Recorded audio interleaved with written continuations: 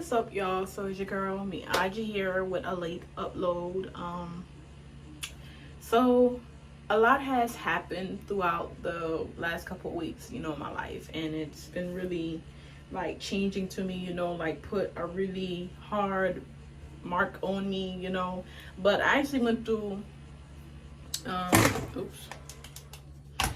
I've actually went through emergency surgery to get my appendix removed because my appendix ruptured. And the crazy thing about it, like, it ruptured in the hospital, which was crazy. It ruptured in the hospital, but I had pain of it. Like, I had pain, like, it didn't rupture, but okay, let me explain it. So let's start all the way from when I first, like, something was wrong with me, obviously I had to go to the hospital. So it was like, I was at work and I was experiencing some really sharp pain, like some really crazy pain that had me worried. Like, I never had pain like this in my life, and it was just like this sharp pain, like a stabbing feeling, every minute. I didn't try to show it, because maybe I thought that maybe my period was turning on, whatever, because it felt like period cramps. One thing about it, when the appendix is bothering you and all that, it's like period cramps. So I got home that day and I got hungry. We went to Zaxby's, came back home, and I couldn't even eat my food. Like, I couldn't even eat nothing at all. And it started to worry me too, because I couldn't eat nothing from this morning. I could drink like a little stuff, but I couldn't eat. Then the pain would like trigger me from, like, it'll have me wanting to feel like I'm throwing up, to feel like I'm about to pass out. And throughout the whole night, I'm like scared for my whole life. I'm like scared through the whole night, I'm not sleeping at all. Like, if I sleep, the pain will wake me up, and it was like the sharpest pain ever. I was so afraid.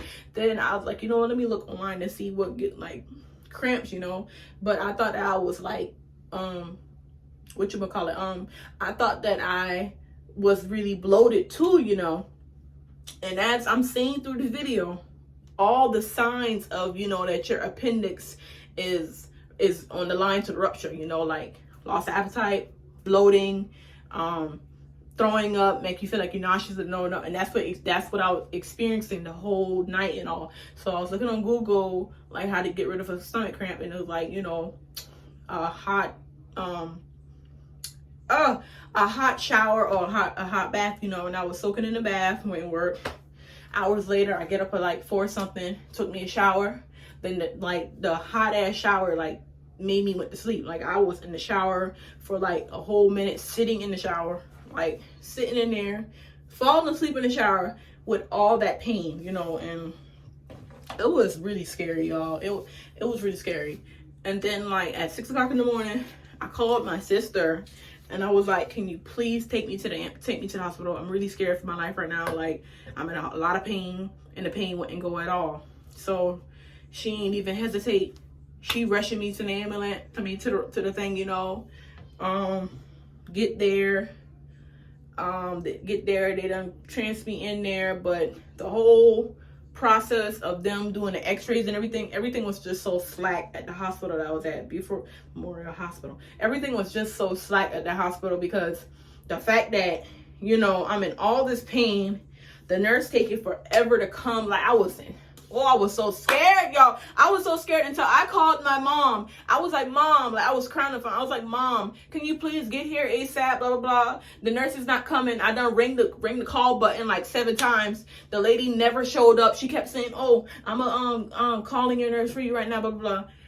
I am so much pain. They're taking forever to come. And that's when, throughout that whole time, I'm in a lot of pain. They're taking me back and forth through the x-ray to get the CT scan through the big old machine, that they put you in and all that.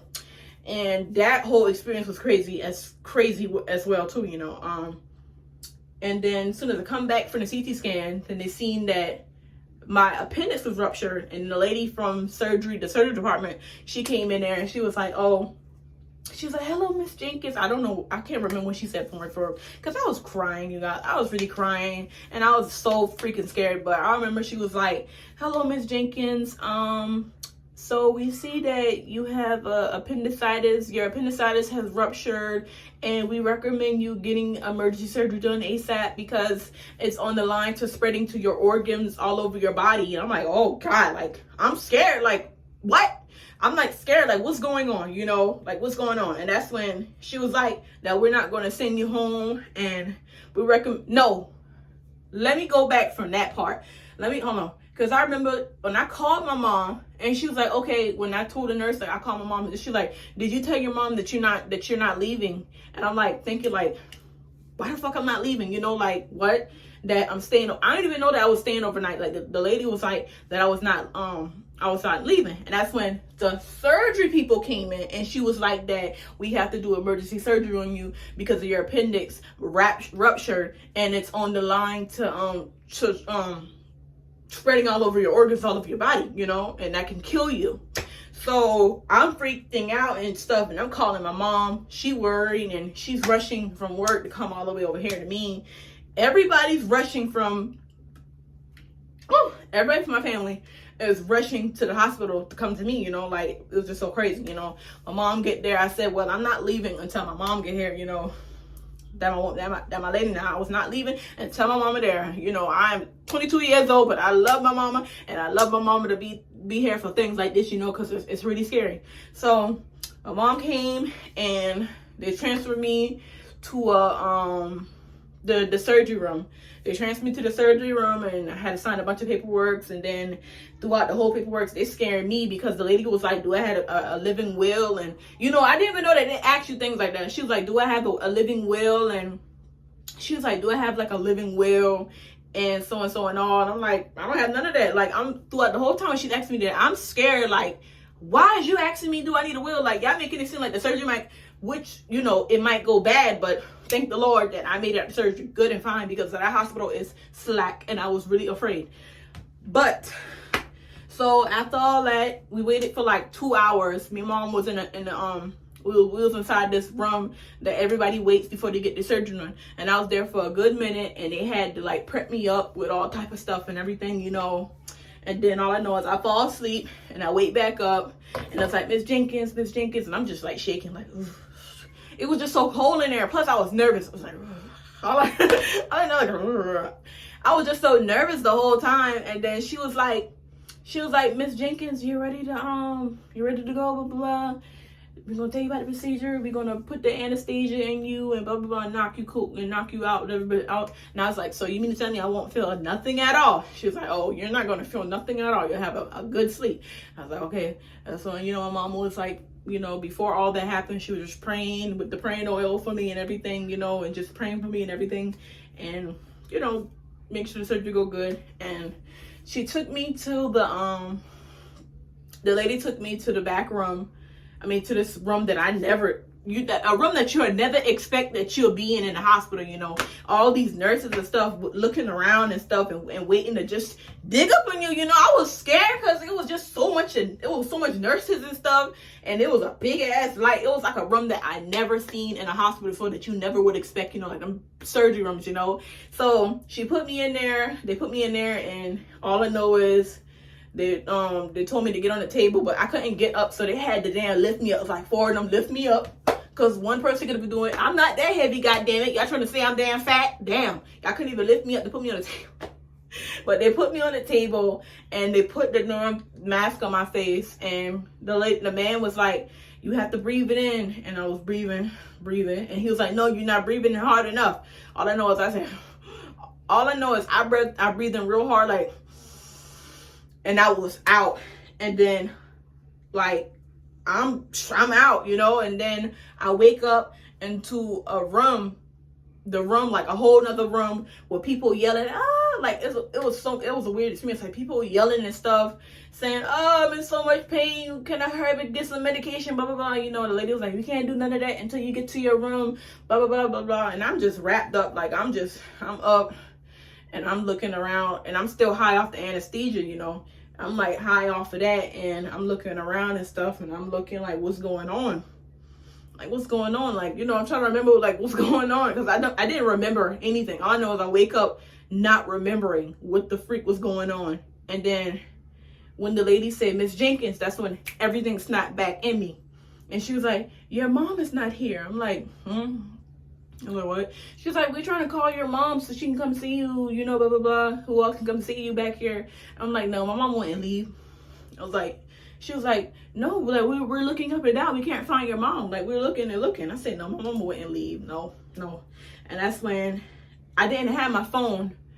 It was like hours later, whatever. They took me to the room and I called my phone in there and I was like, Mama, where you at? She said, girl, I've been down here the whole time. They wouldn't let me come back there and come see you, blah, blah. I was like, Mama, this lady said that you wasn't here. She said, girl, me, your damn sisters, everybody up here waiting to come and see you back there. Girl, we all been here the whole time. And then I said, what time is it? She said, MEE-ah-jay, it's like 9 o'clock. I said, what? I was like, what? Like, it's 9 o'clock? Like, what? And then she's like, yes, it's like 9 o'clock. Like, your surgery lasted like a couple of hours. And then the man was coming in and he was saying like she's doing good, you know, throughout the whole surgery. They were saying that like they was coming to like tell me things, you know, because they was coming to tell my mama things because she signed on it too, you know, and they was telling her like the surgery doing good. It's gonna take a little bit more minute because it's hard to take out, whatever. And yeah, it was like hard to take out, whatever. Mom, I was like, wow, the lady was like that you was in here. She's like, yeah, we coming up right now. And that's when it came upstairs, you know, and I was in so much pain. Like afterwards, I was in so much pain. I couldn't even walk, you guys. Like it took me like 3 days to get my walking back together because it was so much like tissue, like what the man say, it was like my stomach tissue was in a lot of pain, whatever, and I had to like walk. But it was a nurse throughout that whole process. She was just so nice, and I'm just so mad because I don't remember her name. But if I remember her name, I would have gone up to the hospital and give her some flowers and again gift card, whatever, because she was just so nice. You know, I don't understand why they do that, you know.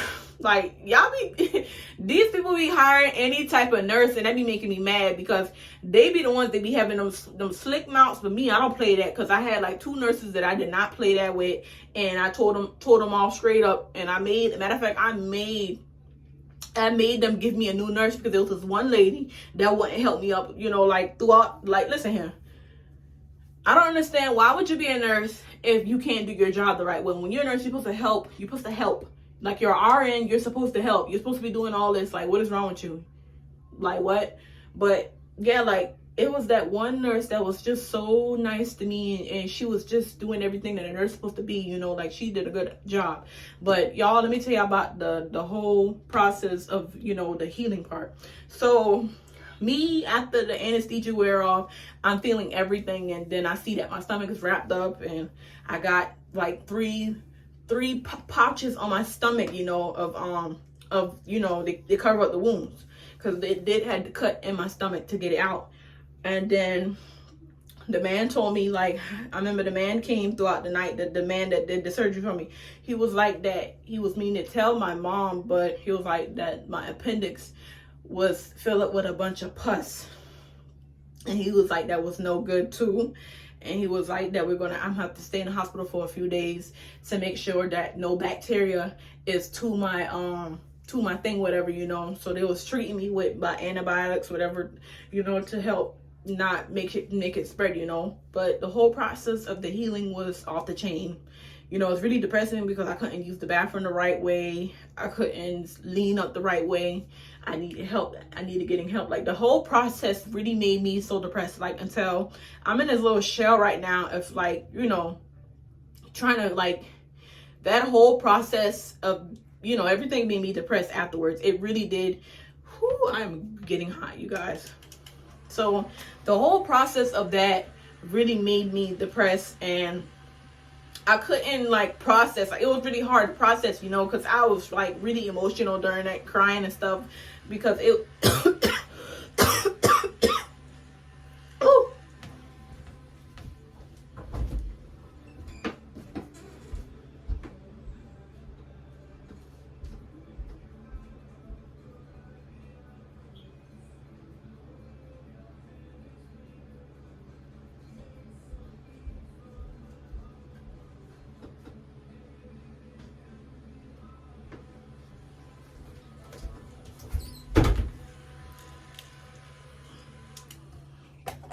But like the whole process of that really made me depressed, and it was just too much going on at one time, you know.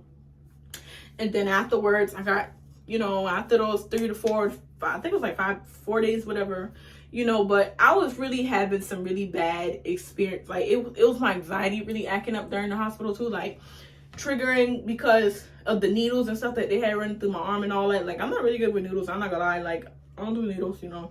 But I had to get used to it for like a year. I remember like last year because of my daughter, not last year, yeah, I remember it was a point that I did get used to needles and all that because I had gestational diabetes with my daughter Euphoria, and I got used to always getting blood work done until like it was just feel like a little prickle to me, you know. I got used to it. But it was a really bad experience I had because this one nurse, and she was about 19 to 20. I could have tell by she was really young, and she didn't know what she was doing, trying to look for my vein in my arm. And it was like 3 something in the morning in the hospital, and Shawty was picking my arm like she didn't even know what she was doing, so she had to get like a vein finder. Y'all, I didn't even know that existed, you know. Like she had to get a vein finder to find my veins in my arm. And so she put it in, and I'm telling her like it hurts. Like, why does it hurt? You know, like it hurts. She's like, it's all right. I guess it's because of the thing that you got it. I guess it's because of where I got it in, and she had it like she had the IV like up here, you know, while I'm like this in the bed sleeping, you know, because if I turn it the wrong way, it's gonna feel like it's sticking me in my soul. So I'm like this the whole time in the bed. Then I wake up at like 5 in the morning because I'm in so much pain with my arm. My arm is like really heavy. When I tell y'all, I should have took a picture of it. Oh my God. My whole arm from my wrist to my elbow was like a freaking potato. It was like big. Like it was so big. I'm bringing the nurse button like, and I'm like, Mama, wake up. Like, look. And she was like, what the hell? Like, what's going on, you know? And I'm calling the lady. I'm like, I need my nurse. I need a nurse, blah, blah. And that's when the nurse come in. I'm like, my whole arm is like a potato. Like, I'm scared. Can y'all get this IV out my arm? And she was like, oh my God. She was like, no, we got to take it out your arm, but we got to put it in another spot too, you know, this and that. I'm like, no. When you take it out, keep it out my arm. And that's what exactly she did, because that was not coming back on my arm again. That scared the crap out of me. Like my whole arm was like a potato. It was so big and so scary. Like I was scared out of my mind. Like I was so scared. But yeah, and then after that, that's when I wanted to go, because I was scary. Like who wants to wake up to seeing their arm like that? That was so scary. That was really scary to me, you know. And then after that, the next day, like the people was like, that, are you feeling good, blah blah blah, you know. I'm giving them, I'm telling them what they want to hear, you know. I'm feeling good. So I'm like, yeah, I'm feeling good. I think I'm ready to go home. Even though I was in a lot of pain. I was in a lot of pain. I was depressed. Everything still hurt, but I was lying so I could get the fuck out the hospital, because it was just scaring me. Then the food was so horrible. It was so horrible there. The whole stay was so horrible. Everything was cold. They give me things that I don't eat and stuff. Like, you know, I'm really picky with my food, you know, and that really bothered me that it was giving me stuff that I don't eat. But good thing my mom came in clutch and brought me McDonald's and such and such, you know, because I had a regular diet. But you guys, so yeah, like I went home. Like after that, I went home and I healed at home, and I'm better. It took me days to get back to myself, and it took a lot of praying too, you guys, because that whole procedure and everything I went through throughout that whole time was so depressing, because it's like, you know, it's really like a, you know, like a lesson taught to me, like, get a wellness checkup, you guys. Because if I always went to my wellness checkups every 2 to 3 months, you know, that they give you, then that would have been like, stop that, you know. They would have been giving me antibiotics when it was like, you know, the beginning, you know, like it was not as bad than how it was now, you know. If I had went to my wellness checkup, if I had went to my wellness checkups, you know, then that would have been like, you know, resolved. Like they would have been fine that, and they would have been like resolved the issue, you know, because I was doing research with the appendix too. Like you can get the antibiotics and they would have helped it out, you know. But I never went to my wellness checkups, you know. When you get older, you be forgetting about things like that, you know. You get pap smear checkups and everything, you know. But yeah. But yeah, that's like my story time of the whole procedure, you know, the whole process, you know, like with my appendicitis being removed, and you know, it was just a lot going on. You know, a lot going on with that. And anybody that feels like their body is not the same, whatever, and you know that you know your body, because it's like my mama always says, nobody will know your body except yourself. If you feel like your body is having changes, or you're not eating right, you're not sleeping right, your chest is hurting, whatever, go and get checked up and go to the hospital, because nobody will not know until your body, nobody will not know how you feel in your body until you go and you make that change, you know. But that whole process was just a wake-up call to me, you know, and I want to start getting health checkup more. I want to go and get a breast scan done for breast cancer, everything. Like, that whole thing was so scary, you know, because I want to stay here for, you know, we're not here for a very long time, but we're here for a good time, you know. And I have kids and everything that's dependent on me, and my health comes first before anybody. Got to know that your health comes first before anybody.